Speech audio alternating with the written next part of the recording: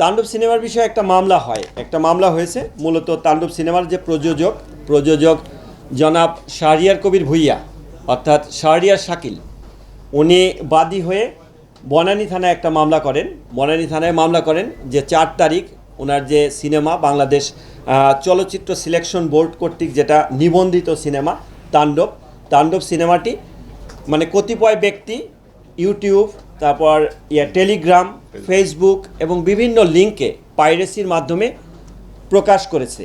সেক্ষেত্রে তার কিছু এইচডি ভিডিও এবং কিছু আংশিক ক্লিপ এই বিভিন্ন জায়গায় পাইরেসি করে যখন প্রচার করে, এই সংক্রান্তে তিনি 3 জনকে বাই নেমে এবং কিছু অজ্ঞাতনামা আসামি দিয়ে বিভিন্ন লিঙ্ক উল্লেখ করে একটি মামলা দায়ের করেন।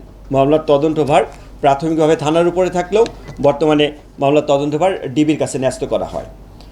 তা এটার পরপরই আমরা যখন কার্যক্রম শুরু করি, কার্যক্রমের পরে আমরা যে এজাহার নামে 3 জন আসামি, 3 জনকেই আমরা গ্রেপ্তার করতে সক্ষম হই। যে 3 জন হচ্ছে টিপু সুলতান, সাদি সাদ ওরফে সাগর, যিনি সিনেটিক অনলাইন পোর্টালের মালিক, এবং আরেকজন সাজেদুল ইসলাম।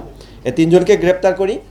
পাশাপাশি আমরা যে লিঙ্কগুলো আছে সেই লিঙ্কগুলো অ্যানালাইসিসের কাজ করি, যে লিঙ্কে কোন লিঙ্কে সেটা প্রকাশ হয়েছে। মূলত আমরা এখানে দেখি টেলিগ্রাম,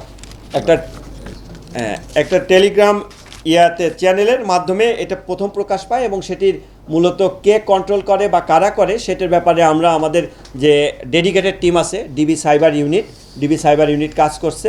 আমরা আশাবাদী যে চ্যানেলগুলো থেকে এটা প্রকাশ হয়েছে, পাইরেসি করেছে, সেই চ্যানেলগুলোর মূল হোতাকে এবং কে কন্ট্রোল করে সেগুলো আমরা বের করতে পারবো, এবং এর সাথে অন্য যারা সংশ্লিষ্ট আছে তাদেরকেও আমরা আইনের আওতায় আনতে পারবো। একটা টেলিগ্রাম চ্যানেলের মাধ্যমে সেটা পাওয়া যায়। তা এটার ক্ষেত্রে আমরা তো কেবল আসামি এনেছি, তা আপাতত জিজ্ঞাসাবাদ চলছে। তাতে এইখানে অপারেটর আছে, একটা সিনেমা হলের অপারেটর আছে, ওনার আপাতত একেবারে ইনিশিয়াল স্টেজের জিজ্ঞাসাবাদে উনি যেটা বলেছেন যে 2 জনের নাম বলেছেন যে যাদের মাধ্যমে উনি এটার পাইরেসি কপিটা পেয়েছেন। তা ওইটার ব্যাপারেও যাচাই বাছাই চলে তাদের অবস্থান শনাক্ত করে, এবং তাদের সামাজিক যোগাযোগ মাধ্যমে যে বিভিন্ন ইয়াগুলো আছে, ওই আপনার লিঙ্কগুলো আছে, সেগুলো যাচাই বাছাই করে তাদেরকে আইনের আওতায় আনা হবে তাদের সংশ্লিষ্টতা থাকলে। আর অপর 2 জন তারা তো তাদের সামাজিক যোগাযোগ মাধ্যমে আমরা যেটা দেখতে পেলাম ইনিশিয়ালি, যে তারা ঘোষণাই দিয়ে দিয়েছেন যে এটার পাইরেসি কপি আসছে। সুতরাং সেক্ষেত্রে সেলফ ডিক্লিয়ারেশনের মাধ্যমে এটা পাইরেসি করেছে। তা পাইরেসি আসলে এটা একটা অপরাধ, যে অপরাধের কারণে এটা আমরা খুব সিরিয়াসলি নিয়েছি, এবং এটার সাথে অন্য যারা সংশ্লিষ্টতা যাদেরকে পাবো তাদেরকেও আমরা আইনের আওতায় নিয়ে আসবো।